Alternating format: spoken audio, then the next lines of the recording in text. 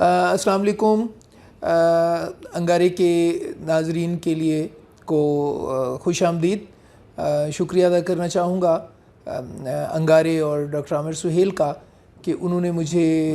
موقع دیا اور مجھے ناول کے فن کے حوالے سے گفتگو کرنے کی دعوت دی۔ میں آج ناول کے فن کے حوالے سے گفتگو کرنے کے بجائے میرا جو ذہن میں ہے کہ ناول کو ہم تقسیم کرتے ہیں، 3 ادوار میں ہم اس کو تقسیم کرتے ہیں کہ ایک ابتدائی دور کا ناول ہے، پھر ایک ناول آتا ہے جو آپ لوگوں نے بھی سنا ہوگا کہ جدید اردو ناول، تو جدید اردو ناول، اور پھر ایک مابعد جدید عہد میں ہم جی رہے ہیں، تو مابعد جدید اردو ناول بھی ہونا چاہیے۔ تو وہ کب سے شروع ہو رہا ہے، ان کی امتیازات کیا ہیں، زمانی تفریق ہے یا موضوعاتی تفریق ہے یا کہیں فن کے اندر بھی کوئی فرق ہے؟ تو یہ وہ سوالات تھے جو کافی عرصے سے مجھے میرے اندر جنم لے رہے تھے، اور میں نے اس پر کچھ سوچا، میں نے اس پر کچھ لکھا، میں اس پر کام بھی کر رہا ہوں، اور جلد ہی یہ کتابی صورت میں بھی یہ موضوع جو ہے وہ شائع ہوگا۔ اور اس کا موضوع بھی میرے ذہن میں جو ہے وہ یہ ہے، کتاب کا جو عنوان ہے کہ اردو ناول کے امتیازات۔ اور یہ امتیازات کو میں 3 حصوں میں اس کو تقسیم کرتا ہوں اردو ناول کو، جس کا پہلا دور جو میں سمجھتا ہوں وہ ہے کلاسیکی، جس کو میں نے کلاسیکی اردو ناول کا عنوان دیا، جس میں یہ مرات العروس سے شروع ہو کر اور یہ ناول آتا ہے 1940 تک، جب لندن کی ایک رات شائع ہوتا ہے، اور لندن کی ایک رات سے اردو ناول کے اندر جدید اردو ناول کا آغاز ہوتا ہے،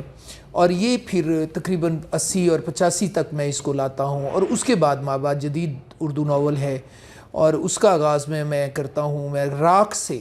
کیونکہ اس کے اندر ابتدائی عناصر ہیں مابعد جدید اردو ناول کے، میں سمجھتا ہوں، اور یہ پھر آج تک جو ناول ہے یہ اس کو مابعد جدید اردو ناول۔ تو یہ 3 نشستوں پر یہ میرا مکالمہ ہوگا، اور جو آج پہلی نشست ہے جس سے ہم آغاز کر رہے ہیں، تو اس کو میں کلاسیکی اردو ناول، میں آج اس گفتگو کے اندر کلاسیکی اردو ناول کو موضوع بناؤں گا، اور اس کے امتیازات کو زیر بحث لاؤں گا۔ وہ امتیازات موضوعاتی سطح پر بھی ہیں، اور وہ امتیازات فنی سطح پر بھی ہیں، جو اس کی وجہ سے ہم اسے کلاسیکی اردو ناول کا نام دیں گے۔ اور پھر اگلا دور جو جدید اردو ناول کا جو دور ہے، تو اس میں جدید جو ہے وہ امتیازات جو ہیں اس کے دیکھے جائیں گے، جو موضوعاتی سطح پر بھی اور فن کی سطح پر بھی۔ اور پھر تیسرا دور جو ہے، جو تیسرا لیکچر ہوگا، مختصر گفتگو ہوگی، لیکچر تو میں کیا کہوں، میں تو بہت عام سا آدمی ہوں، تو وہ جو تیسرا ہماری گفتگو ہوگی وہ مابعد جدید اردو ناول کے امتیازات ہوں گے، جس میں اس کے موضوعات اور کرافٹ کے اندر جو تبدیلیاں آئی ہیں مابعد جدید، جس کی وجہ سے ہم اسے مابعد جدید کہیں گے، تو وہ اس میں لایا گیا۔ یہاں پہ ایک مختصر سی بات میں ضرور کرنا چاہوں گا کہ یہ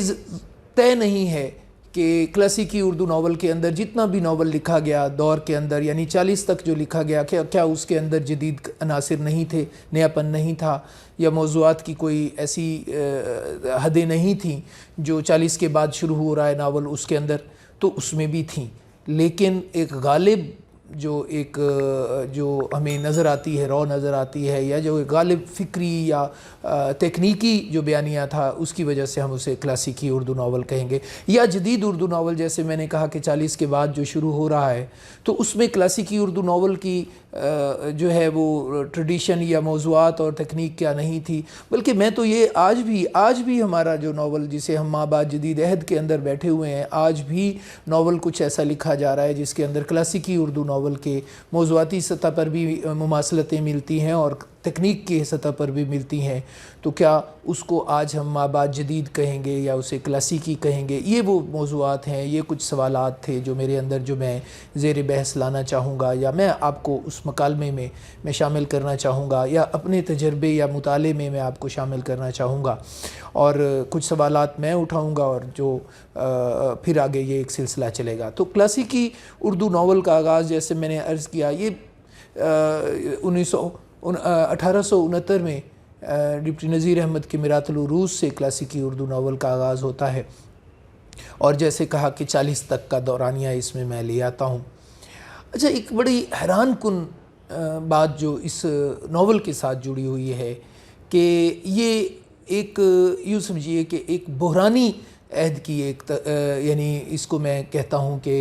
یہ صنف ہے کہ مسلمانوں کا جو ایک حکومت کا جو ہے وہ ختم ہو گئی، اور 1857 کے ہنگاموں کے بعد بادشاہ جو علامتی ہی صحیح وہ بھی نہ رہے، جاگیرداری نظام جو کلاسیکل یہ بادشاہت کے دور کے اندر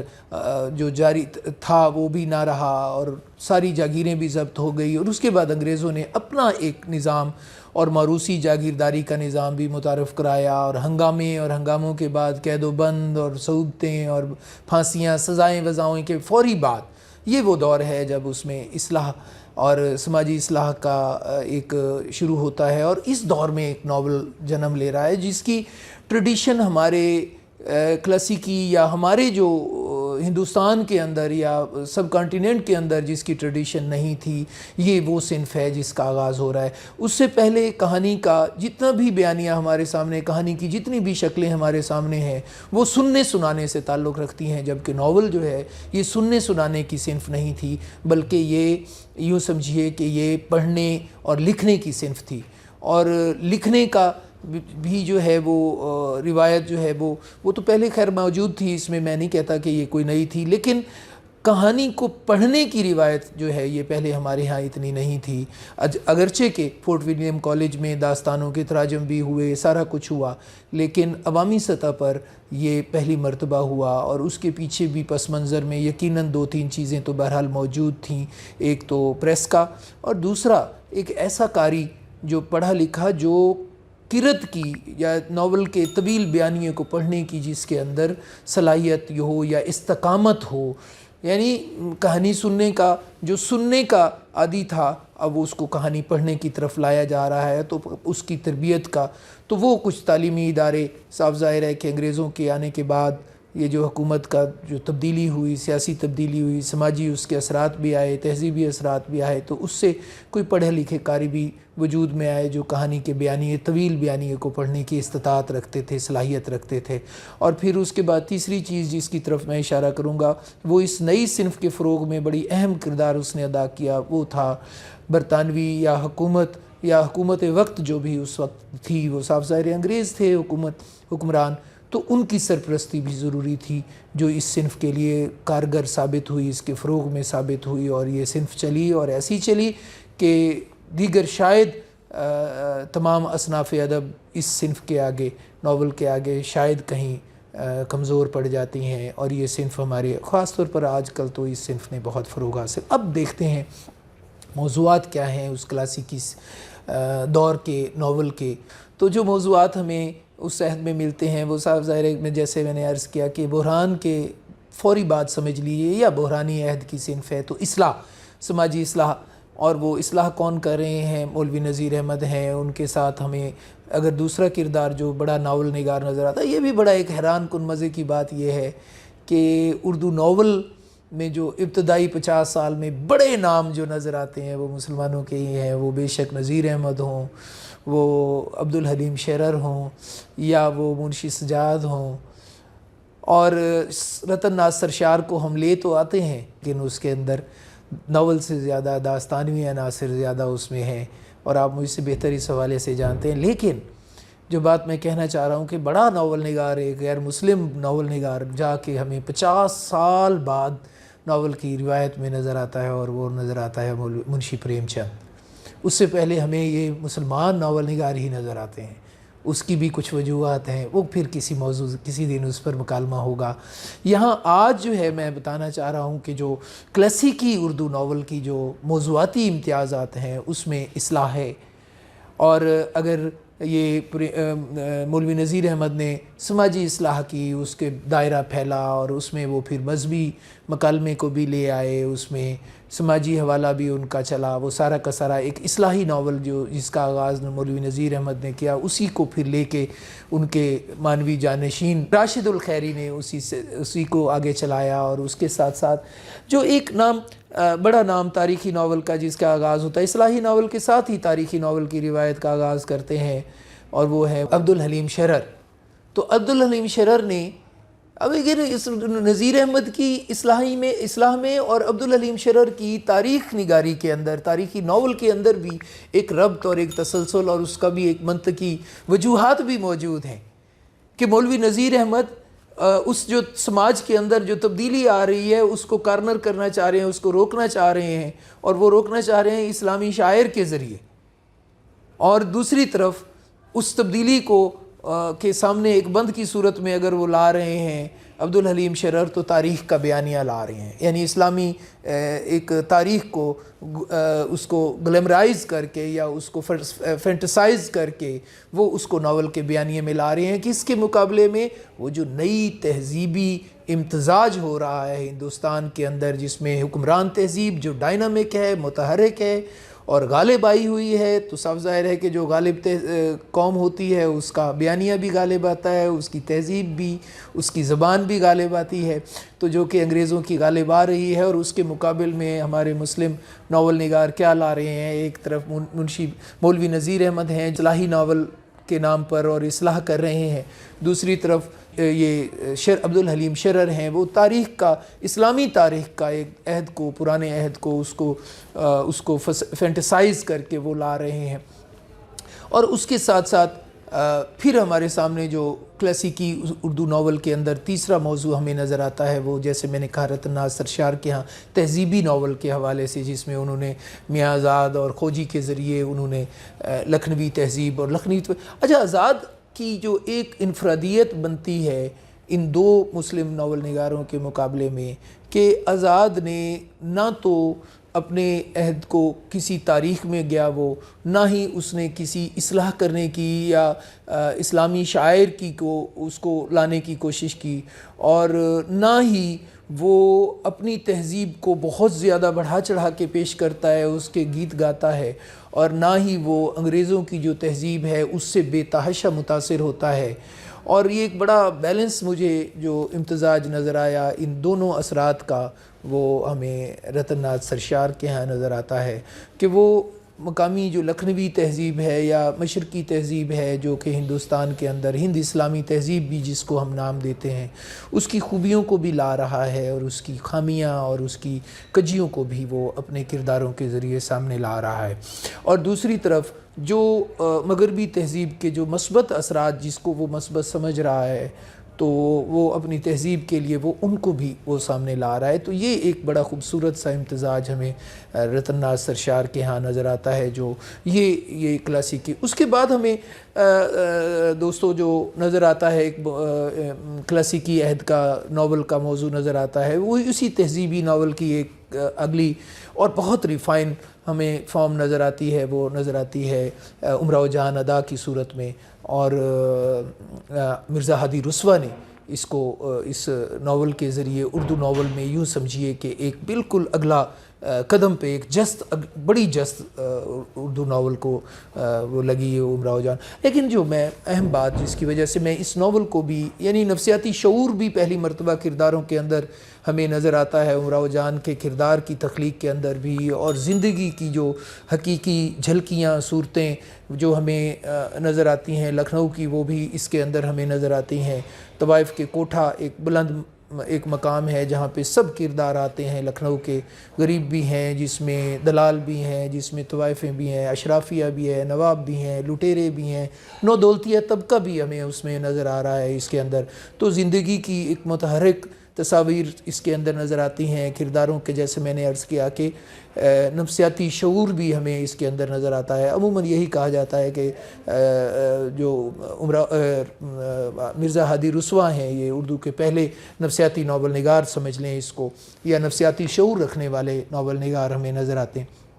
اس کے باوجود بھی میں اس کو کلاسیکی اردو ناول کی روایت میں اس کو شامل کرتا ہوں۔ کیوں کرتا ہوں؟ اس لیے کرتا ہوں کہ تہذیب کی عکاسی تو ہے، لیکن ہمیں کہیں پر بھی کوئی اس میں کوئی احتجاج کی صورت نظر نہیں آتی، کوئی ہمیں اس تبدیلی کے حوالے سے کوئی بیانیہ نظر نہیں آتا، کوئی ہمیں اس میں یعنی میں یہ سمجھتا ہوں، ذاتی طور پر یہ میری رائے ہے، ہو سکتا ہے کہ اس سے دوست آپ لوگ اہل علم اس سے اختلاف کریں، میں تو ایک عام سا طالب علم ہوں، کہ مزاحمتی رویہ یا ایک اپنا بیانیہ یا ایک وہ کہیں مجھے اس میں کم نظر آتا ہے، اس لیے میں اس کو بھی کلاسیکی اردو ناول کے اسی کے اندر ڈالتا ہوں۔ لیکن یہ ضرور ہے کہ یہ ناول ہے جس نے بعد میں جدید اردو ناول کے جو بنیاد رکھی جاتی ہے، تو اس میں کہیں شاید جدید اردو ناول نگاروں نے رسوا سے بھی انہوں نے تکنیکی طور پر بھی اور موضوعاتی طور پہ بھی شاید کہیں اکثر، لیکن پھر بھی میں اس کو وہاں اسی میں رکھتا ہوں۔ پھر اگلا ہمارا ہمیں 20ویں صدی آ جاتی ہے جس میں ہمیں ہمارا بڑا ناول نگار ہمارے سامنے آتا ہے، سماجی حقیقت نگاری سامنے آتی ہے، وہ منشی پریم چند کے ہاں نظر آتی ہے۔ لیکن اس کو بھی میں کلاسیکی ناول کے اندر اسی لیے رکھتا ہوں کہ منشی پریم چند بھی تبدیلی کے یا مزاحمت کے حق میں نہیں ہے، تبدیلی وہ بھی اصلاحی تبدیلی چاہ رہے ہیں، وہی جیسے منشی مولوی نذیر احمد اصلاح کرنا چاہ رہے ہیں، تو ہمیں ان کے ہاں بھی اصلاحی رنگ، غالب رنگ رویہ جو میں سمجھتا ہوں وہ ان کے ہاں بھی وہی اصلاحی نوعیت کا ہے، اگرچہ کہ ان کے ہاں بھی باغی کردار بھی ہمیں خود یہ جو سب سے بڑا میں ناول سمجھتا ہوں منشی پریم چند کا گودان، اس میں ہوری یہ وہ کردار ہے جو ان کا آئیڈیل کردار میں سمجھتا ہوں منشی پریم چند کا، کہ جو وزادار بھی ہے، وہ سماجی اور مذہبی اور اخلاقی اقدار کو بھی سامنے لے کر اپنی تمام تر غربت کا بھرم رکھتے ہوئے بھی ان اقدار کو رکھنا چاہ رہا ہے، لیکن وہاں پہ ہمیں ہوری کی بیوی کے روپ میں بہت ایک باغی ہمیں نظر آتا ہے، جو ہوری کو خود بھی پسندیدہ کردار نہیں ہے، یعنی اس کی بیگم خود اس کے لیے بھی اچھا بیوی کا ناپسندیدہ ہونا یہ تو خیر ایک نارمل بات ہے، اگر ہوری کا پسندیدہ نہیں ہے اس کی اپنی بیوی کا، لیکن وہ اس کے اندر بغاوت کا ایلیمنٹ کہیں ہمیں نظر آتا ہے۔ اس وجہ سے میں یہ منشی پریم چند کو بھی اور اس کے موضوعات کو بھی، سماجی حقیقت نگاری ہے جس میں مذہبی ٹولے کی، اس میں حکومتی جیسے وہ مشینری ہو گئی، اور اس کے بعد